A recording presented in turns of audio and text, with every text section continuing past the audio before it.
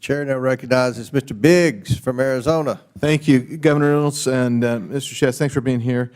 In 2021, Governor Reynolds, you led the state of Iowa in challenging OSHA's unconstitutional private sector COVID-19 vaccine mandate.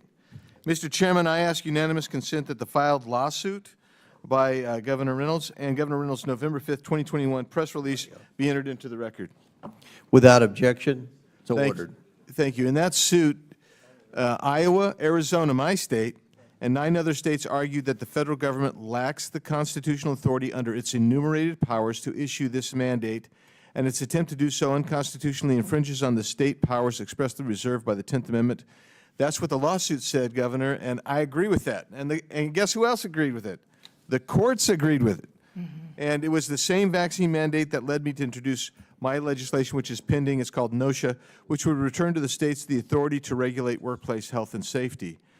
And I noticed that Iowa and Arizona, along with 20 other states, currently operate under an OSHA state plan. Right. Is it correct that to approve a state plan, OSHA certifies that the state's workplace health and safety plans exceed federal requirements? Yes. And Iowa, like Arizona, has maintained an approved state plan since 1985. Yes. Do you believe that state officials and the people of Iowa are better positioned to set workplace health and safety standards than the federal government? I do. If the power to set these standards were returned fully to the states, would you maintain Iowa's existing high standards for workplace safety, or would you make it your mission to put your constituents at risk of danger in the workplace? I would keep it as exemplar as it is right now.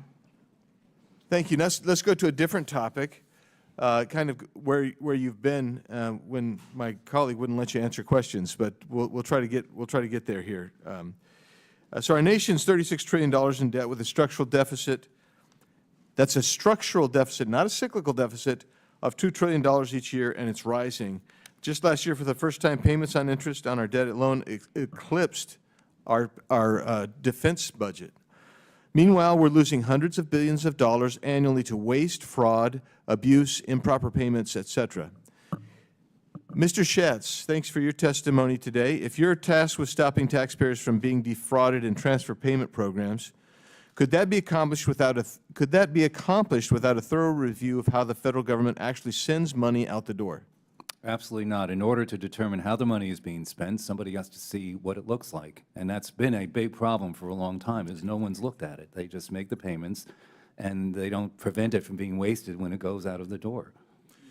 Governor Reynolds, you know, you've done great work in Iowa. I've watched it. Your model for, that you've provided for the country is fantastic. Did your reorganization include reviews and improvements to state systems focused on stopping waste, fraud, and abuse, as Mr. Schatz described?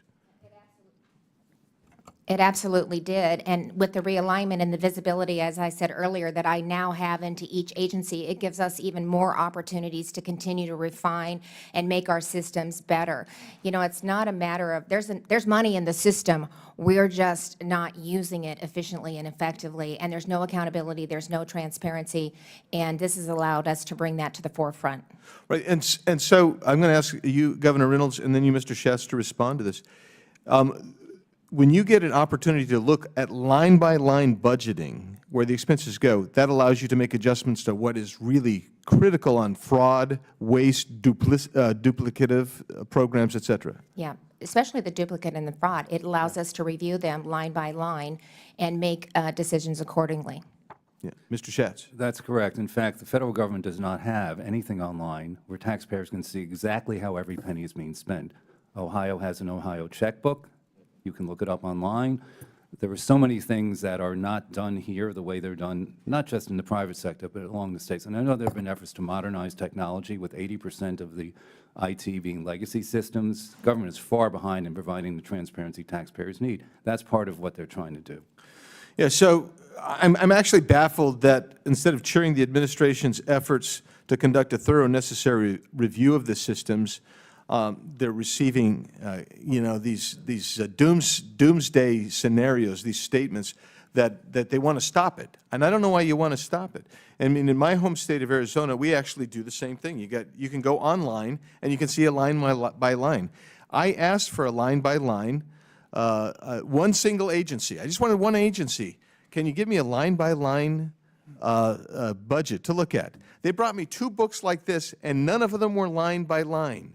They didn't cover every program within that agency, and they didn't describe everything that was there. This is what we have to correct if we're going to get out of our structural deficit hole. And I'll yield back, Mr. Chairman. Thank you, witnesses.